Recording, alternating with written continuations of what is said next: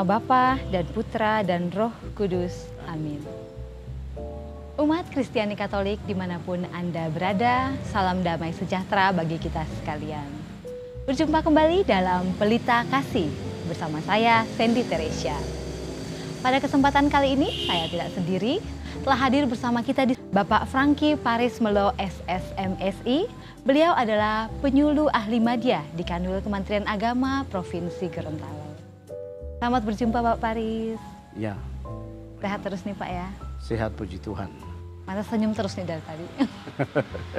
Pada kesempatan kali ini kita akan mengangkat tema membina suara hati. Ya. Saya juga penasaran sebenarnya apa sih sebenarnya suara hati itu Pak? Bisakah Bapak jelaskan? Memang secara sederhana ya, simple saja kalau kita pikir suara hati itu apa sebenarnya? Suara yang ada di dalam diri setiap manusia. Tetapi tidak sesimpel itu. Ya. Suara hati itu dalam bahasa Latin dihubungkan dengan konsiensia, kesadaran. Oh, kesadaran. Itu kesadaran atau pengetahuan.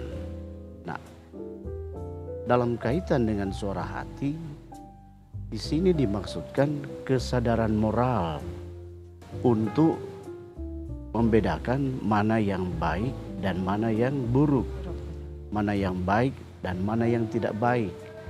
Nah, dalam konteks itu disebut suara hati. Jadi ada pengetahuan dan kesadaran yang ada di dalam diri setiap manusia tentang sesuatu yang baik dan sesuatu yang tidak baik. Itulah suara hati. Secara singkat bisa dikatakan seperti itu. Dalam pengalaman hidup, saya rasa Sandy juga mengalami hal yang sama. Ketika mau menentukan sikap, saya harus buat ini, jangan buat yang itu. Tetapi pada akhirnya, saya memilih, ikut saja yang ini. Kadang bimbang, pada akhirnya ya dalam keadaan bimbang akhirnya menentukan pilihan yang sebenarnya tidak benar, yang tidak baik. Nah, itu dalam pengalaman hidup setiap orang pasti mengalaminya. Dan ketika itu pasti kita akan merasa ada sesuatu yang kurang nyaman. Ketika kita melakukan sesuatu yang baik, tentu kita safe, aman-aman saja. Tenang, damai, tenang. Tetapi ketika kita berbuat sesuatu yang melawan suara hati, berarti kita berada pada posisi yang kurang baik.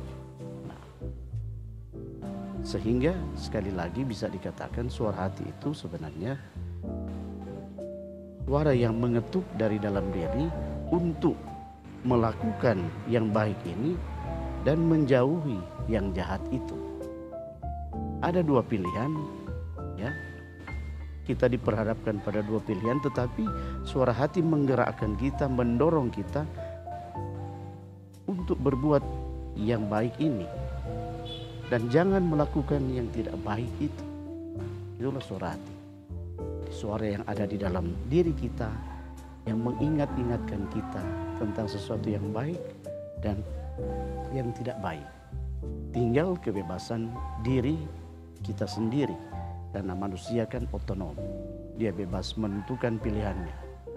Konsekuensinya dia sudah tahu sendiri. Tetapi fungsi suara hati itu dia bekerja untuk mengingatkan ini yang terbaik, bukan yang itu.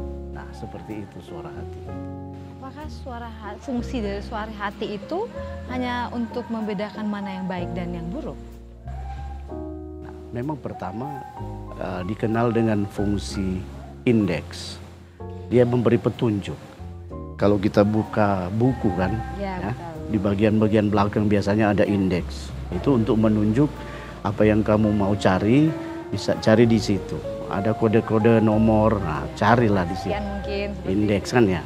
Nah, itu artinya penunjuk kan. Nah, begitu juga suara hati itu penunjuk. Dia mau menunjuk tentang sesuatu yang baik dan yang tidak baik tadi. Nah, itu fungsi pertama. Fungsi kedua adalah Yudex. Fungsi Yudex itu tadi indeks ini Yudex. Yudex itu berkaitan dengan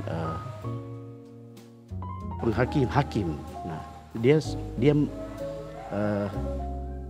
dia mengharuskan kita untuk harus ini yang kamu buat. Itu suara hati, fungsi dia. Dia memaksa, menggerakkan, mendorong kita untuk buat yang ini. Dan dalam diri, buat yang ini. Dan dia melarang, jangan buat yang itu. Kalau kita merasakan, betul, di dalam diri kita ternyata ada yang begitu. Jangan bikin yang itu, buat yang ini. Dia menghakimi, dia mengharuskan kita. Itu adalah fungsi Yudex, hakim. Dan ada satu fungsi lagi yaitu Vindex. Vindex itu Vindex. Dia memberikan vonis tentang perbuatan kita. Nah, kalau kita berbuat suatu perbuatan yang baik, yang sesuai dengan keinginannya, suara hati itu, berarti dia memberikan kita apresiasi. Nah, suara hati itu menyanjung kita, sehingga kita merasa tenang. Kadang mungkin kayak gini ya, syukurlah tadi aku pilih yang ini, Ya, kayak gitu ya. Ya, jadi kita akhirnya kan ketika mengambil satu keputusan, ketika kita berbuat suatu,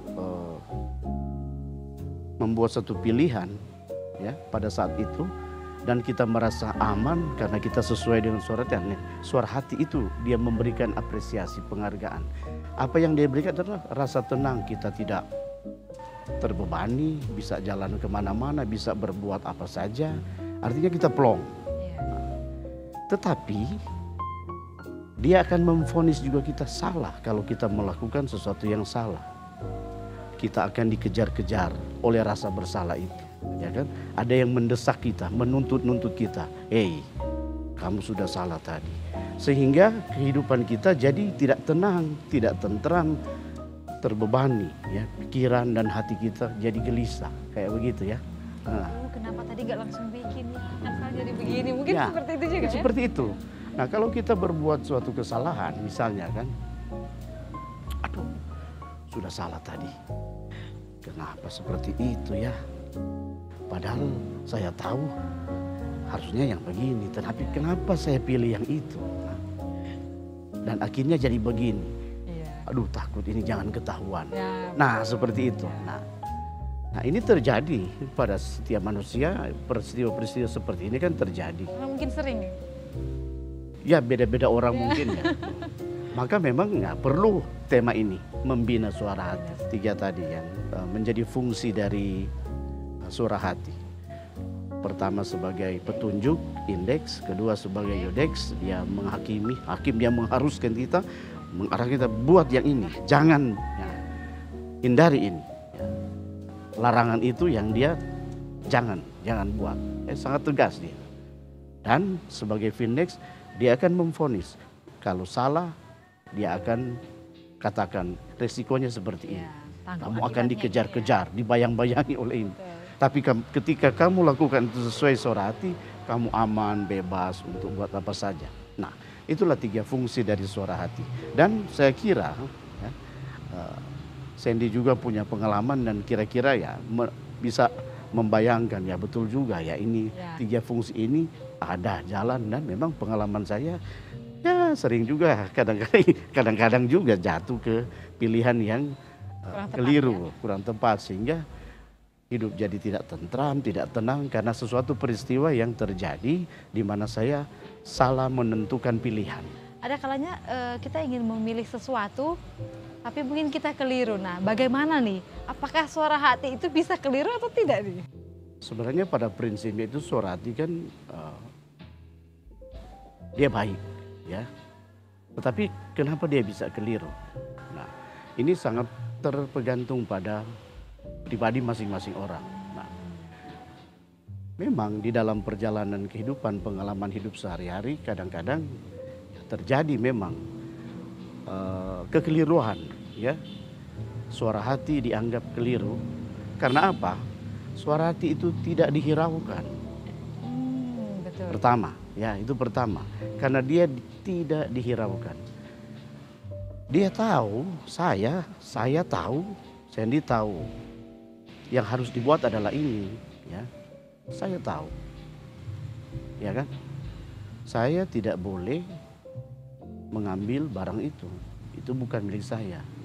Tapi ya mumpung tidak ada orang yang lihat, barang itu berharga, menarik buat saya dan saya ingin mendapatkannya. Tidak ada orang lihat, saya ambil saja. Toh tidak ada yang tahu, tidak ada yang lihat.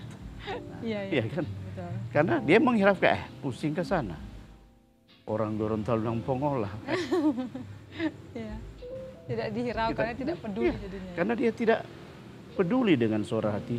Sudah ada yang mengetuk-ngetuk dari dalam, mengingat-ingatkan dia, mau menyadarkan dia. Kita kembali ke tadi, konsiensia, kesadaran itu. Tapi dia tidak pakai, Jadi dia suara tidak hati pedulikan. itu bisa keliru karena tidak dihiraukan. Pertama itu, karena Baik, tidak saya dihiraukan. potong sebentar Bapak Farid. Oke. Oke. Baik pemirsa, kita akan melanjutkan kembali perbincangan kita tentang membina suara hati setelah pesan-pesan berikut ini. Tetap di Pelita Kasih.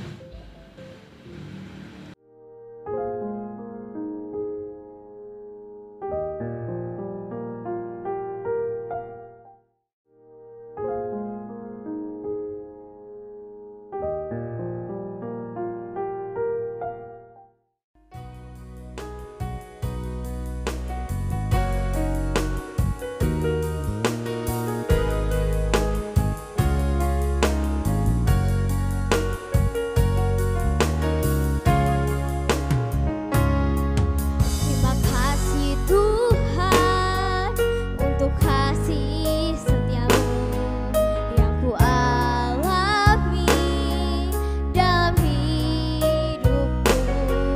Terima kasih Yesus untuk kebaikanmu sepanjang hidupku.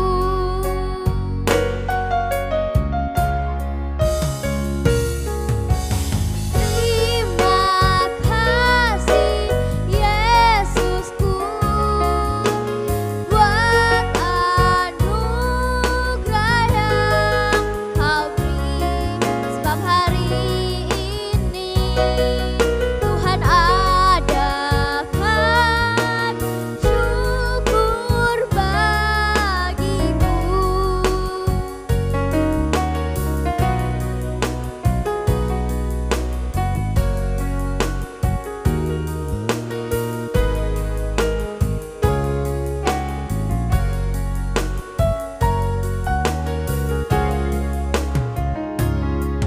Terima kasih Tuhan untuk kasih setiamu yang ku alami dalam hidupku. Terima kasih Yesus untuk kebaikanmu sepanjang hidupku.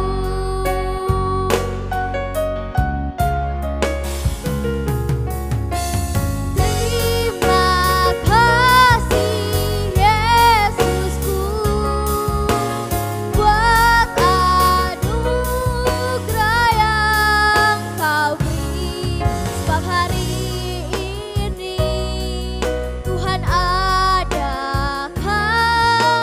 syukur bagiku.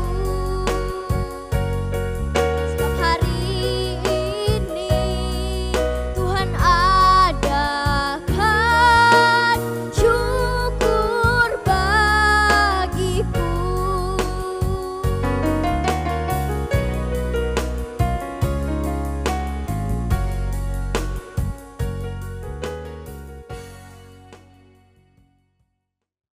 Kembali lagi dalam Pelita Kasih bersama Bapak Franky Paris Malam.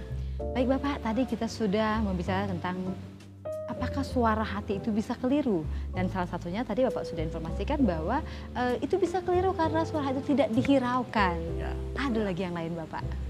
Ya, yang kedua itu karena pengaruh emosi. Emosi kan itu soal afeksi, perasaan, ya perasaan, rasa malu, rasa takut, rasa marah. Jadi berbagai perasaan itu bisa menyebabkan juga Salah ya? salah dalam hitungan. Sebagai contoh, misalnya saya sebagai seorang mahasiswa lah atau anak sekolah lah. Aduh, saya malu ini kalau tidak naik kelas, tidak naik tingkat. Padahal ini sementara ujian. Gimana ya supaya saya tidak jadi malu kalau ini? nyontek aja. Ya, Jadi jalan pintas. ujian besok ya dia persiapkan diri untuk nyontek, bukan belajar tapi siapkan contekan misalnya kayak gitu. Nah, dan dia tahu itu tidak baik, ya kan? Padahal suara ya karena iya malu kan kalau tidak lulus, tidak naik kelas. Jadi dia tahu itu salah, tapi dia buat. Nah, keliru kan itu suara hati. Jadi suara hatinya dikeliru. Jadi keliru.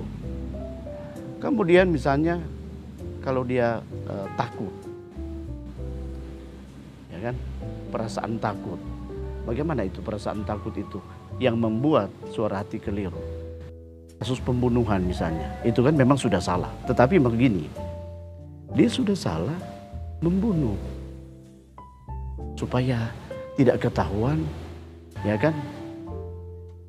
Dia menciptakan alibi seolah-olah bukan dia yang buat dan dia singkirkan. Ya, sudah perlakuan sudah salah dan masih tambah lagi. Ya. Itu yang terjadi kan baru-baru di salah satu tempat, tidak usah disebutkan. Dia bersaksi dusta, pura-pura nangis saat penguburan dan sebagainya dan menyembunyikan. Nah, ini berlipat ganda. Bagaimana tumpulnya suara hati, ya.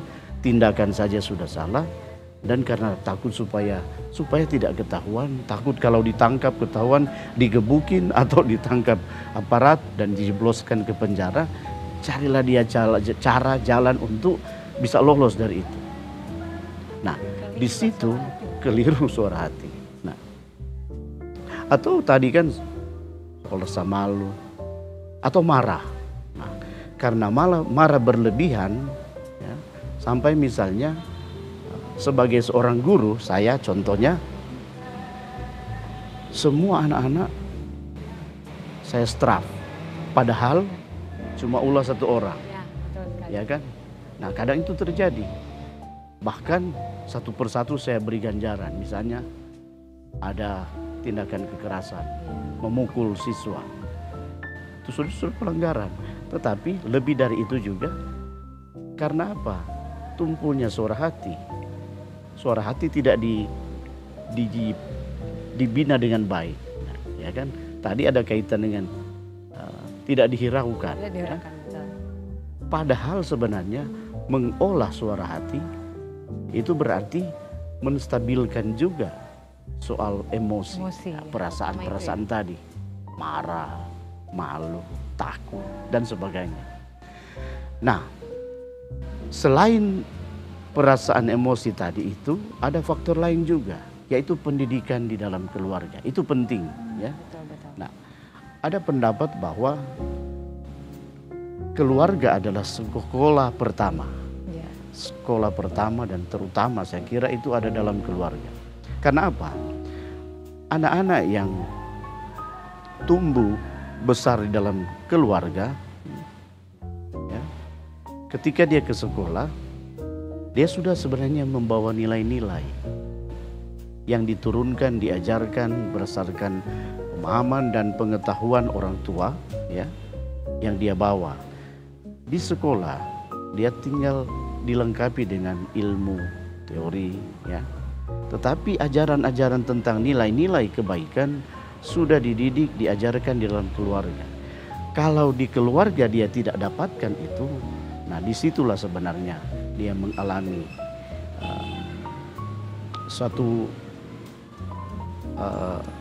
satu masa di mana dia tidak mendapatkan asupan untuk membina, untuk membentuk suara hatinya.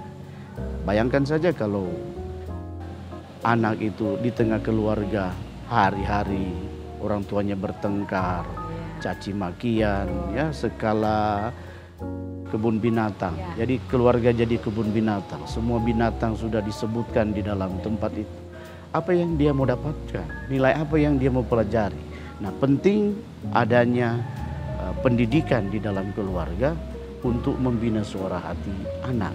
Karena dari situlah sekali lagi anak itu bisa mengekspresikan dirinya dengan totalitas nilai-nilai kehidupan yang dimilikinya berdasarkan pelajaran atau apa yang dia saksikan, dia lihat, dia setiap dengar hari ya. setiap hari dengan orang tua ya. Nah, ada banyak contoh dan ada banyak contoh juga tentu tentang yang baik-baik. Banyak keluarga yang baik-baik, anaknya kan kelihatan, wah anak-anak ini selain pinter tapi juga punya etiket, sopan santun, ya seperti itu kan. Iya, Itu kan mesti dibawa dari keluarga. betul. Jangan harap nanti dia belajar di sekolah atau dia belajar di gereja, di sekolah minggu. Tidak, itu pertama-tama dari rumah. Nah kalau orang tua cuma membiarkan saja anak, yang penting makannya ada, Kebutuhannya semua dicukupi ya. pusing yang lain-lain, nah itu bahaya. Satu ancaman bagi pendidikan nilai. Nah, karena berkaitan dengan suara hati kan berkaitan dengan moral tadi. Moralnya. Baik buruk. Moral kan soal baik buruk tentang sikap, perilaku kan. Nah, baik buruknya anak, moral anak ya tergantung juga pertama-tama pendidikan yang dia bawa dari keluarga. Lalu pengaruh lingkungan, selain keluarga, lingkungan juga. Nah, betul. Lingkungan atau masyarakat sekitar. Seperti dia bergaul ya. Ya pergaulannya, ya pasti. Ya, sebagaimana dikatakan oleh ahli ilmu sosial, lingkungan 80% Mempengaruhi ya. Ya, dan itu sudah melalui penelitian, riset yang mendalam dan memang betul. Seperti ungkapan di mana langit dijunjung, di situ bumi dipijak. Ya, kalau orang ada di situ ya orang mengikuti apa yang ada di situ. Nah, anak-anak yang bergaul di lingkungan yang salah, hidupnya juga pasti akan diliputi oleh perlakuan, tingkah laku yang rada-rada salah. Oke. Salah dalam pengertian tidak baik secara moral tadi, ya, dalam konteks suara hati. Gitu. Baik Pak Paris, tentang suara hati ini apakah ada sumber iman gereja? Kalau kita berbicara soal apa dasar biblisnya mungkin ada. Ya. Saya kira ada kitab Roma pasal 2 ayat 14 sampai 16. Apabila bangsa-bangsa lain yang tidak memiliki hukum Taurat oleh dorongan diri sendiri melakukan apa yang dituntut hukum Taurat, maka walaupun mereka tidak memiliki hukum Taurat, mereka menjadi hukum Taurat bagi diri mereka sendiri. Ayat 15, sebab dengan itu mereka menunjukkan bahwa isi hukum Taurat ada tertulis dalam hati mereka, dan suara hati mereka turut bersaksi, dan pikiran mereka saling menuduh atau saling membela. Ini ayat 14 dan 15. Sedikit saya memberikan keterangan. Tadi berarti dari 14 ke 15 ya? Ya. Untuk penjelasan tahan sebentar Pak Paris. Oh ya, Oke. baik. Pemirsa, kita akan melanjutkan kembali perbincangan kita tentang membina suara hati setelah pariwara berikut ini. Tetap di Pelita Kasih.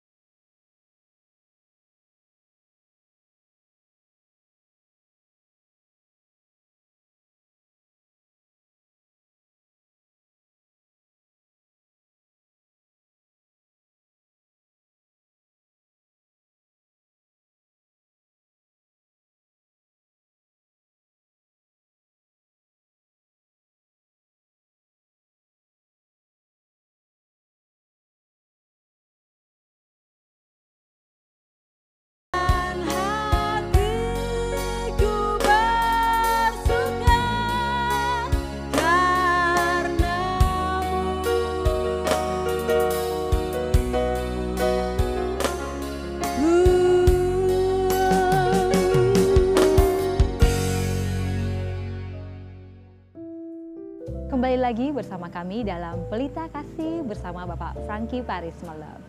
Baik, tadi Pak Paris sudah membacakan tentang surat Rasul Paulus pada umat di Roma, bab 2 ayat 14 sampai 15. Ya.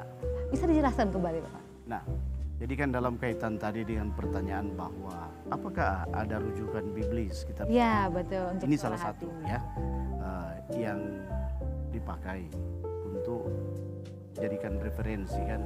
Nah, tadi dikatakan dalam bab 2 ayat 14, apabila bangsa-bangsa lain yang tidak memiliki hukum Taurat oleh dorongan diri sendiri melakukan apa yang dituntut hukum Taurat, maka walaupun mereka tidak memiliki hukum Taurat, mereka menjadi hukum Taurat bagi diri mereka sendiri.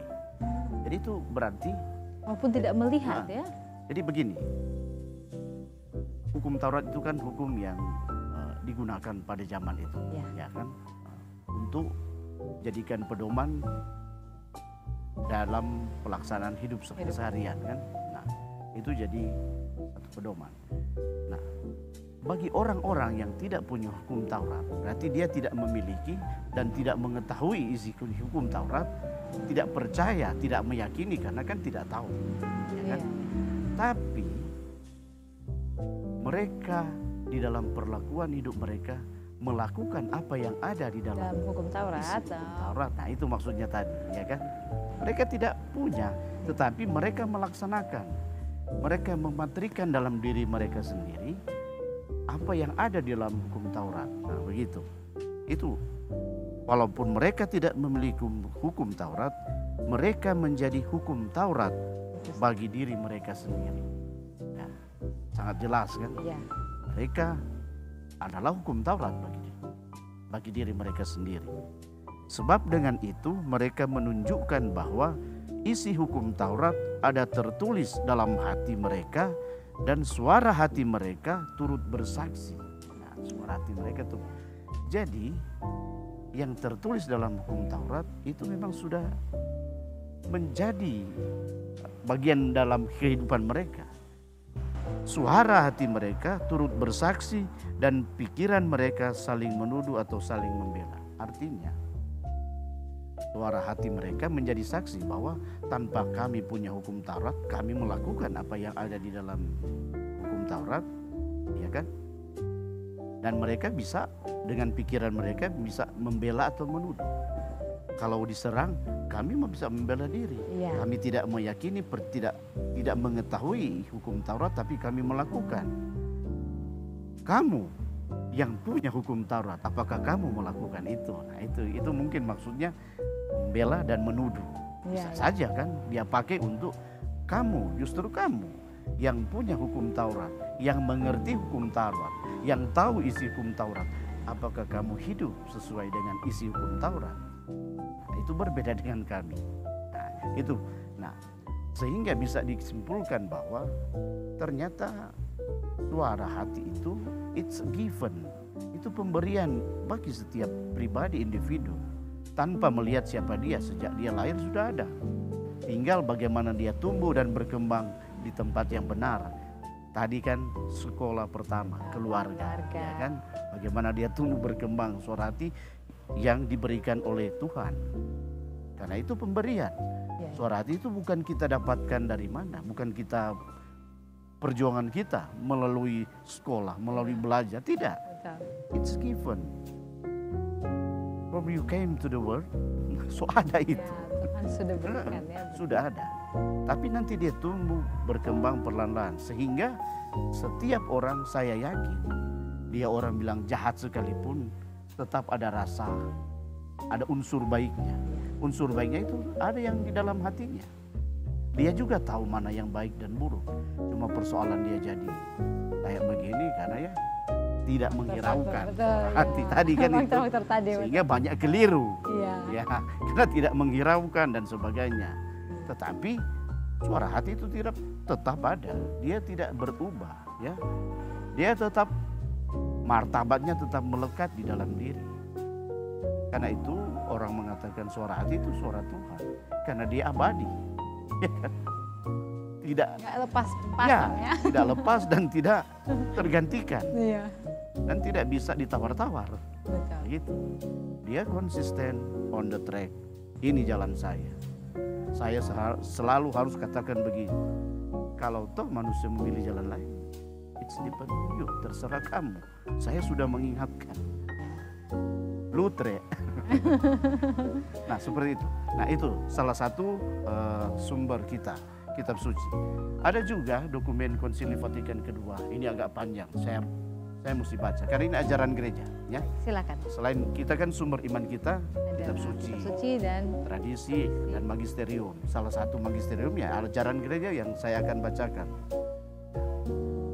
Dokumen gereja yang mengajarkan tentang suara hati. Di Gaudium et Spes artikel 16. Nah, Oke. supaya umat Katolik Baik. juga biar lebih fasih mendengar. Gaudium et Spes itu dokumen Konsili Vatikan kedua. Salah satu dokumen yang ada. Karena ada banyak. Iya. Ada banyak dokumen. Salah satu ini. Nah, artikel 16 dalam Gaudium et Spes mengatakan, di lubuk hatinya manusia menemukan hukum yang tidak diterimanya dari dirinya sendiri, melainkan harus ditaatinya. Yang tidak diterimanya, melainkan harus ditaatinya. Hati. Jadi suara hati itu selalu menyerukan kepadanya untuk mencintai dan melaksanakan apa yang baik. Dan untuk menghindari apa yang jahat. Nah, itu suara hati. Untuk selalu mencintai dan melaksanakan apa yang baik. Dan menghindari apa yang jahat, apa yang buruk, apa yang tidak baik. Jelas garisnya. Bila mana perlu suara hati itu menggema dalam lubuk hatinya. Jalankan ini, elakkan yang ini. Nah, sebab dalam hatinya manusia menemukan hukum yang ditulis oleh Allah. Martabatnya ialah mematuhi hukum itu dan menurut hukum itu pula ia akan diadili. Hati nurani ialah inti manusia yang paling rahasia, sanggar sucinya. Di situ ia seorang diri bersama Allah yang sapaannya menggema dalam batinnya. Berkat hati nurani dikenallah secara ajaib hukum yang dilaksanakan dalam cinta kasih terhadap Allah dan terhadap sesama. Atas kesetiaan terhadap hati nurani, umat Kristiani bergabung dengan sesama lainnya untuk mencari kebenaran. Dan untuk dalam kebenaran itu memecahkan sekian banyak persoalan moral yang timbul baik dalam hidup perorangan maupun dalam hidup kemasyarakatan. Ini sudah ada unsur misionernya, ya. Setiap itu dikatakan tadi. Atas kesetiaan terhadap hati nurani, umat Kristiani bergabung dengan sesama lainnya. Jadi dengan siapa saja yang berkehendak baik untuk mencari kebenaran, ya. Dan untuk dalam kebenaran itu memecahkan sekian banyak persoalan moral. Persoalan soal tingkah laku, perbuatan baik buruk, ya. Ada persoalan-persoalan moral kan. Ini aspek misioner. Kita diutus untuk bersama dengan masyarakat, dengan siapa saja. Oleh karena itu semakin besar pengaruh hati nurani yang cermat, semakin jauh pula pribadi-pribadi maupun kelompok-kelompok menghindar dari kemauan yang membabi buta. Dan semakin mereka berusaha untuk mematuhi norma-norma kesusilaan yang objektif. Jadi semakin banyak orang yang katakanlah memperjuangkan apa yang menjadi kehendak suara hati, akan semakin banyak orang mematuhi hukum-hukum norma-norma yang ada secara objektif. Dan mereka ya menghindari kemauan yang membabi buta, yang masa bodoh, yang tidak peduli, yang menghiraukan. Nah, perlu itu gerakan bersama. Tadi kan ada unsur misioner, gerakan bersama untuk hal itu. Ini suara gereja untuk umat kita, umat Katolik, untuk lakukan di dalam kehidupan. Akan tetapi tidak jaranglah terjadi bahwa hati nurani tersesat karena ketidaktahuan yang teratasi. tanpa kehilangan martabatnya. Tetapi itu tidak dapat dikatakan tentang orang yang tidak peduli untuk mencari apa yang benar serta baik, dan karena kebiasaan berdosa hati nuraninya lambat laun hampir menjadi buta. Nah, kalau suatu kesalahan, dosa, dan sudah menganggap ya sudah dilakukan berulang-ulang dan sudah dianggap biasa, tidak ada lagi rasa takut dan menganggap itu sudah biasa dan normatif, sudah ya akhirnya kan lambat laun dikatakan hati nurani akan menjadi buta. Betul. Ya.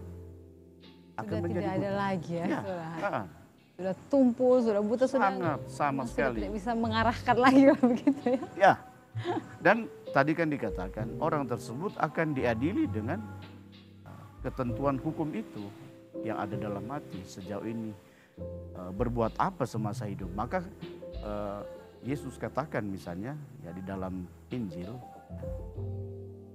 bukan yang berseru-seru berdoa memang hari-hari tiap-tiap rajin beribadah, maksudnya itu yang diselamatkan. Tapi yang mau ditanya, ketika aku telanjang apakah kamu memberi pakaian? Ketika aku lapar apakah kamu memberi aku makan? Ketika tahan sebentar Pak Rius, mohon maaf, kita lanjutkan sebentar lagi. Umat Kristiani Katolik dimanapun Anda berada, kita akan melanjutkan kembali perbincangan kita tentang membina suara hati setelah pariwara berikut ini. Tetap di Pelita Kasih.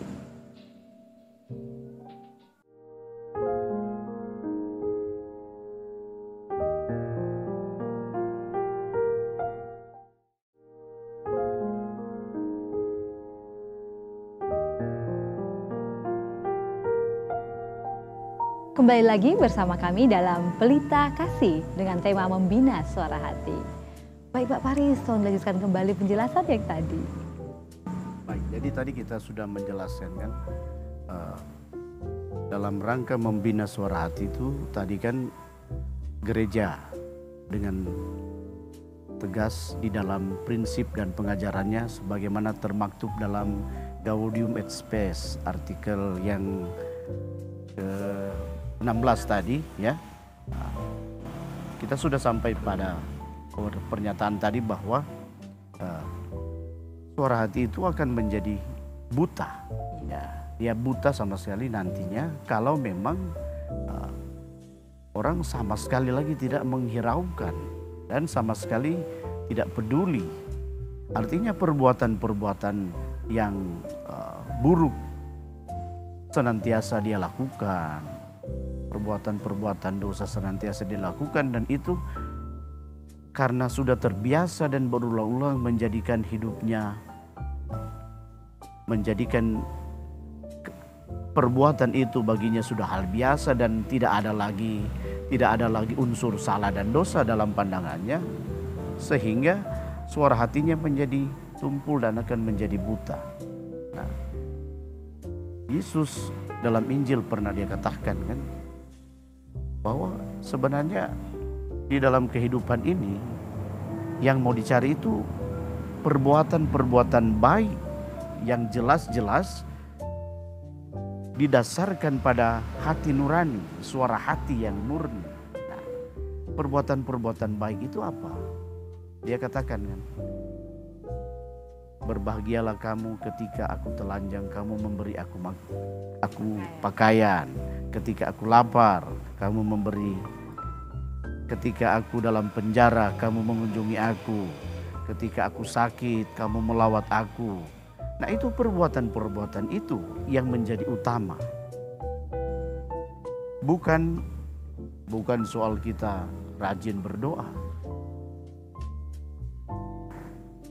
Sebab meskipun kita rajin berdoa, tetapi kita tidak membina suara hati, perbuatan kita di luar jam berdoa buruk, jahat,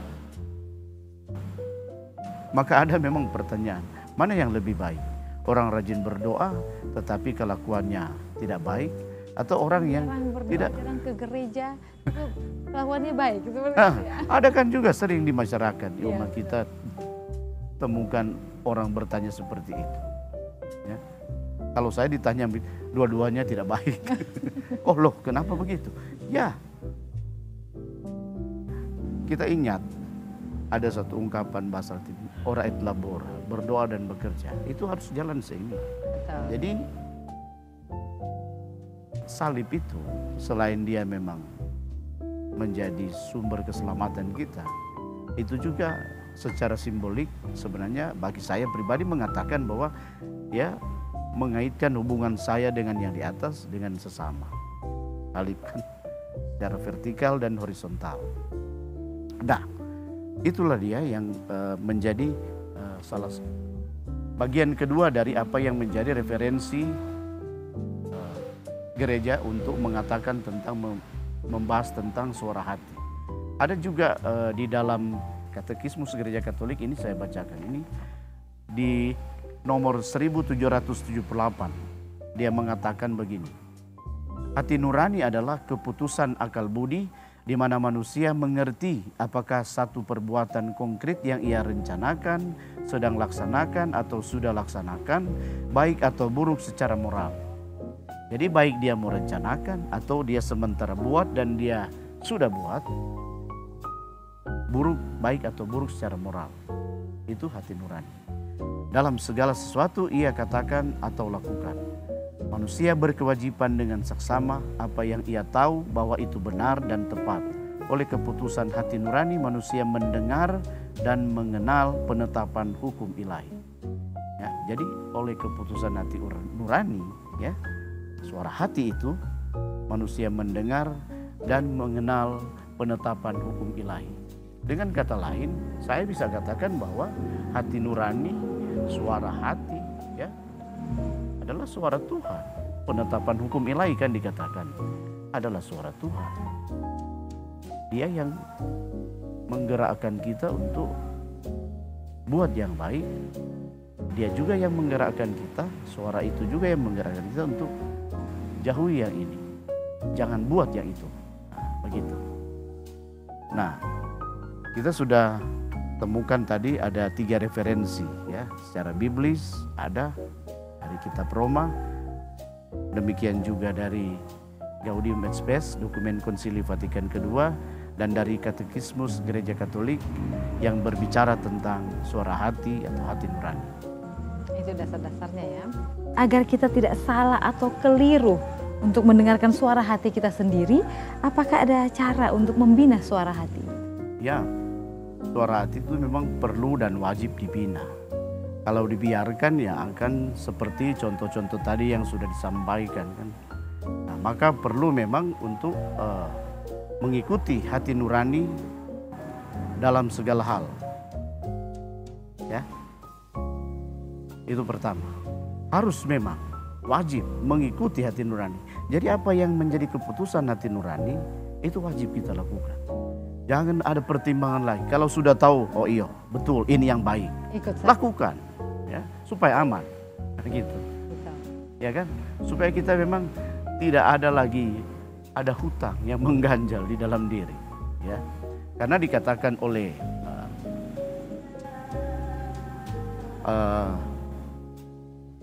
para teolog, ya, moralis, mereka katakan bahwa seseorang yang selalu berbuat sesuai dengan hati nuraninya, maka hati nurani akan semakin terang dan berwibawa. Kalau kita memang selalu mengikuti tuntunan suara, akan terang dan berwibawa. Ya. Seseorang yang selalu mengikuti dorongan suara hati, keyakinannya akan menjadi sehat dan kuat. Nah, keyakinan. Kalau kita terlatih memang untuk konsisten ya mengikuti suara hati, kita akan sehat dan kuat. Keyakinan kita ya untuk tidak akan pasti tidak akan keliru di dalam menentukan. Kalau sudah terlatih memang selalu memang diuji dengan itu ya. Nah itu salah satu cara membina suara hati, mengikuti suara hati dari dalam, mengikuti suara hati dalam segala hal, kemudian mencari keterangan pada sumber yang baik. Nah, bagaimana kita mencari sumber pada sumber yang baik? Ada berbagai sumber kitab suci, misalnya baca-baca kitab suci, buku rohani, baca juga kehidupan santu santa dan sebagainya, ya. bertanya pada orang yang berkompeten, Ya, yang paham bener ya. yang paham. Nah, selalu juga ikut dalam kegiatan kerohanian, ikut retret, ikut rekoleksi, ikut ibadah wilayah rohani, ikut katekese dan sebagainya. Nah, ini bagian dari. Dan penting juga untuk melakukan koreksi diri dan introspeksi. Itu penting. Kalau kita melakukan itu, mengoreksi diri dan introspeksi, kita akan selalu membuat penilaian, kan, mengevaluasi diri. Aduh, hari ini tadi kita salah backing. Aduh, sebenarnya begini, harusnya begini, ya kan? Nah, di situ berarti kita mau melatih lagi. Oh, berikut saya tidak akan jatuh pada kesalahan yang sama. Nah, itulah cara dari diri kita sendiri mengupayakan dalam proses pembinaan suara hati. Dan yang terakhir adalah menjaga kemurnian hati. Menjaga kemurnian itu bagaimana caranya? Jadi pertama, di dalam konteks menjaga kemurnian hati, maksud yang lurus. Dalam bahasa Latin, recta intentio. Jadi kita mesti konsisten dengan apa yang kita rencanakan. Tidak boleh belok kiri. Jadi kalau kita sudah matangkan ini yang kita akan buat. Langsung, serak. Tidak boleh diganggu lagi dengan ini. Ada tawaran ini. Ya. Karena ini kan Membingungkan. bukan kita memilih pada Shopee COD. Ya, betul. Boleh ini, pilih. Ya, taruh di keranjang dulu. Tidak bisa. Harus konsisten. Ada satu tujuan Nah, ya. harus pilih itu. Itu namanya recta intentio. Oke. Maksud yang lurus. Ya. Kedua adalah pengaturan emosi. Ordinario affectum. Yang tadi kita bahas. Kita harus kelola. Ya. Dan ada Pameo mengatakan begini. Jangan mengambil keputusan pada saat emosi. Ya, betul. Ya, jangan mengambil keputusan pada saat emosi. Pasti keputusan yang diambil salah, pasti keliru, karena berdasarkan perasaan saja, tidak diolah, tidak dimatangkan melalui pengelolaan secara intelektual, rasional, ya kan? Cuma karena perasaan. Kemudian yang terakhir, pemurnian hati. Purificatio cordis. Purificatio cordis ini tidak ada kepentingan pribadi atau tidak ada pamrih. Kalau kita apa yang diberikan tangan kanan tidak boleh tangan kiri tahu. Kalau kita bermaksud untuk kasih sesuatu Pak Pastor misalnya pada orang lain, Harus diumbar. tidak usah diumbar atau tidak usah cari-cari tahu dia ada pakai atau tidak. Iya, betul. Iya. Dia ada makan kita ada bawa atau Iya, atau kita cerita, kita ada bawa. Kemarin ini. saya bawa ini loh di situ. Nah itu di dalam kehidupan sosial kemasyarakatan kan itu terjadi. Ada juga yang begitu.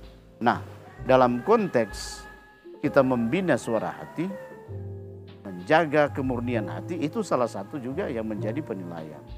Bagaimana kita memurnikan hati ya, melalui cara seperti itu.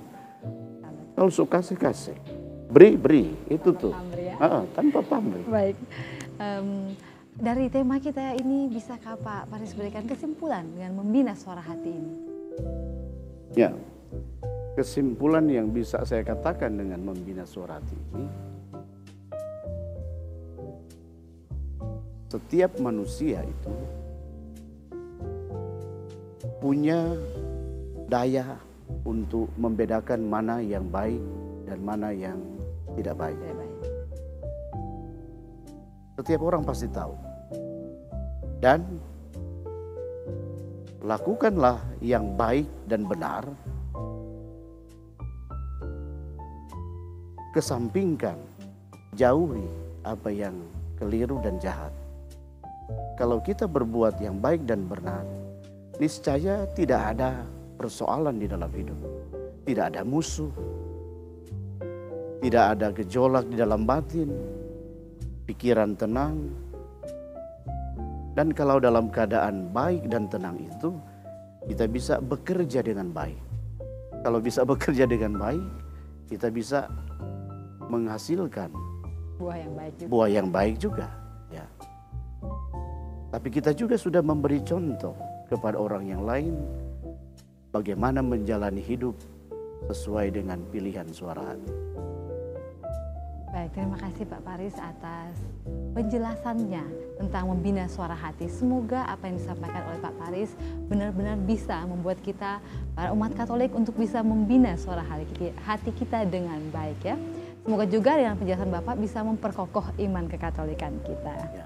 Saya Sandy Teresia beserta seluruh kru yang bertugas mohon undur diri. Terima kasih atas atensinya. Sampai jumpa, Tuhan Yesus memberkati.